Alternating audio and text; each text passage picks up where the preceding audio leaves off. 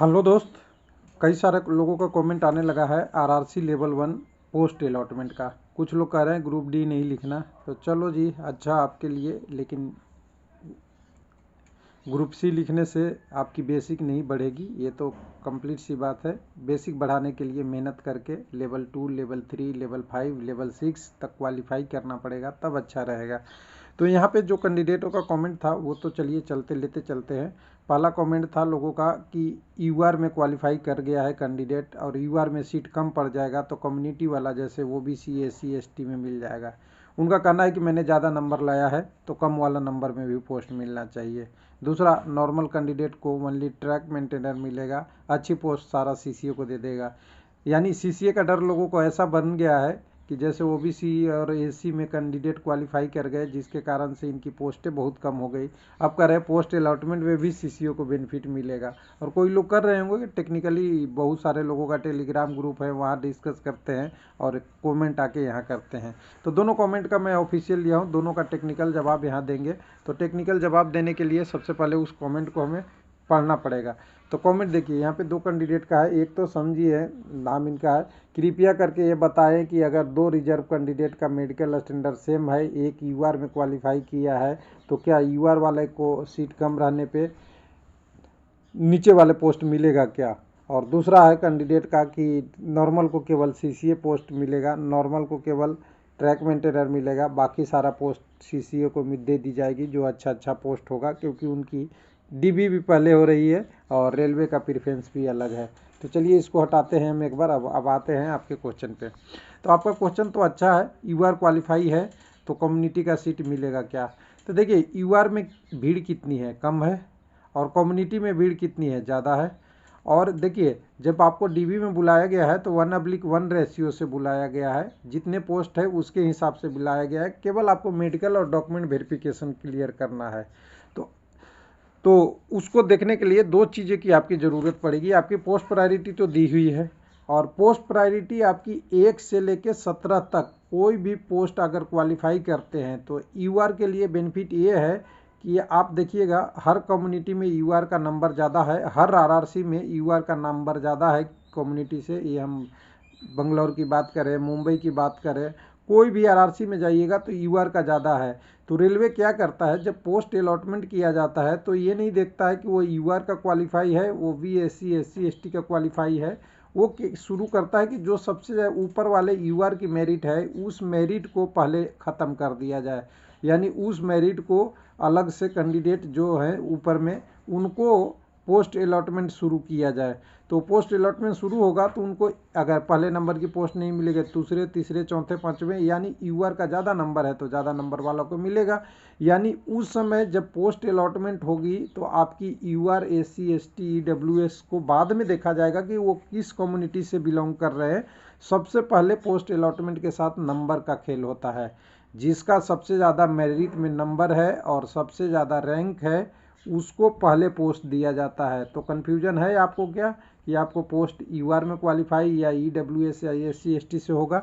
यानी आरआरसी के बाद मान लीजिए कि आरआरसी के पास अप्लाई किए हुए कैंडिडेटों की संख्या 10,000 है, मान लीजिए, जो क्वालिफाई है डीबी में, और 10,000 को डीबी में ले गए हैं और मेडिकल एग्जामिनेशन भी कंप्लीट हो गया है। तो इन 10,000 का मेरिट बनेगा, पहले नंबर पे कौन है, दूसरे पे, तीसरे पे, चौथे पे, पाँचवें पे, इसी तरह से शो ऑन करके 10,000 तक। पहले एक नंबर पे जो कैंडिडेट रैंक रखता है उसको जॉब मिलेगा, उसको पोस्ट प्रायोरिटी जो भी है, पहला दूसरा तीसरा 10वीं 20वीं 30वीं 50वीं या 1000वां पोस्ट हो, हालांकि यहाँ पे 17 ही है पोस्ट प्रायोरिटी, जो जो उसने अप्लाई किया है उसमें से कोई भी एक पोस्ट दे दिया जाएगा, क्योंकि इसका सबसे ज़्यादा रैंक है और सबसे पहले नंबर पे है।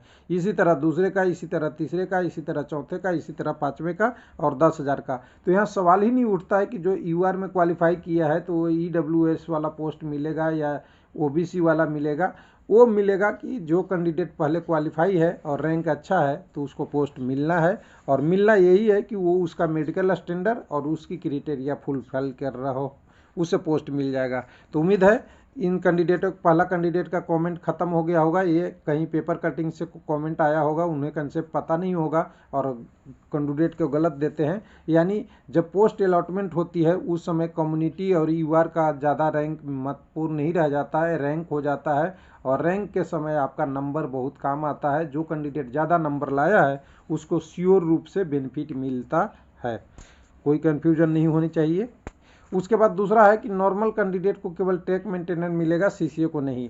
तो देखिए सीसीए भी एक कैंडिडेट हैं और उन्होंने भी अपनी पोस्ट प्रायोरिटी भरा है। उनको सिलेक्शन के लिए बेनिफिट दिया गया है, न कि मेडिकल स्टैंडर्ड में बेनिफिट दिया गया है। कोई ऐसा रूल नहीं है कि मेडिकल में बेनिफिट मिलेगा और पोस्ट अलॉटमेंट में बेनिफिट मिलेगा। इसलिए सिंपल सी बात कीजिए, सीसीए बराबर नॉर्मल कैंडिडेट, वहाँ जाके वो नॉर्मल कैंडिडेट ही हैं और उनको जब भी सीट मिलेगा जैसे बाकी लोगों को मिलेगा उसी हिसाब से मिलेगा। यानी उन्होंने अपना पोस्ट प्रायोरिटी में पहले में ट्रैक मेंटेनर दिया है तो ट्रैक मेंटेनर और उनको भी मिलेगा। अब कह रहे हैं कि इनको नंबर कम है, तो इनका नंबर तो ऑलरेडी कम है। जब मेरिट बनेगी तो मेरिट बनते वक्त जब रैंक बनेगा तो रैंक में क्या इनके 30 नंबर वाले का 70 वाला से ज़्यादा जाएगा। तो अभी तो कह रहे हैं कि यूआर में क्वालिफाई हमने किया है, यूआर में क्वालिफाई करने के बाद हमें कम्युनिटी वाला भी सीट मिलना चाहिए। और आप ही कह रहे हैं कि सीसीए का कम नंबर है तो सीसीए को अच्छा पोस्ट मिलेगा। दोनों में आपस में कंट्राडिक्शन है और कम से कम पेपर कंसेप्ट इस चैनल पे बात नहीं कीजिए। यानी बिना मतलब का, बिना लॉजिक करने से पहले थोड़े लोगों को सोचना चाहिए कि ऐसा नहीं होता। अगर ऐसा हो रहा है तो गलत हो रहा है और गलत को मैं गलत ही कहेगा, कोई भी गलत कहेगा। क्योंकि टेक्निकली ग्राउंड पे आप देखेंगे तो जो ज़्यादा रैंक है उसको बेनिफिट हमेशा मिलता है। और बेनिफिट इसलिए मिलता है मेडिकल में क्योंकि जब मेरिट और रैंक बनेगी तो रैंक में तो कम नंबर वाला को तो पहले नंबर पे नहीं ला देगा। और इसका एग्जाम्पल अगर आपको देखना है तो मैं एक बार आपको दिखा देता हूँ। थोड़ा सा आप ही के लिए, थोड़ा सा मैंने समझ में बात करना है। मुझे पेपर कटिंग जैसा बात करने में मज़ा नहीं आता, थोड़ा समझ के बात करने में थोड़ा सा हमें सही लगता है कि कैंडिडेट को मैं सर्टिफाई कर पाया हूँ। तो WCR की बात अगर करेंगे तो WCR में हम ग्रुप डी में जाएंगे, थोड़ा सा लेवल 1। अब ग्रुप डी तो कहना ही पड़ता है, सब जगह मिल जाता है, कहीं भी जाइए। तो लेवल 1 में जाएंगे तो लेवल में यहाँ जाएंगे तो यहाँ पे कैंडिडेट के लिए जो दिया था provisional shortlist 4 cut off mark and normalise marks overall cut off rank, इसको डाउनलोड कर लीजिए। इसको डाउनलोड करिएगा तो यहाँ पे आप डाउनलोड कर ले, मेरे पास ऑलरेडी था, फिर डाउनलोड कर लेता हूँ। यहाँ पे देखिए कैंडिडेट का क्या है, पहले तो कैंडिडेट का मार्क्स है और ओवरऑल रैंक है।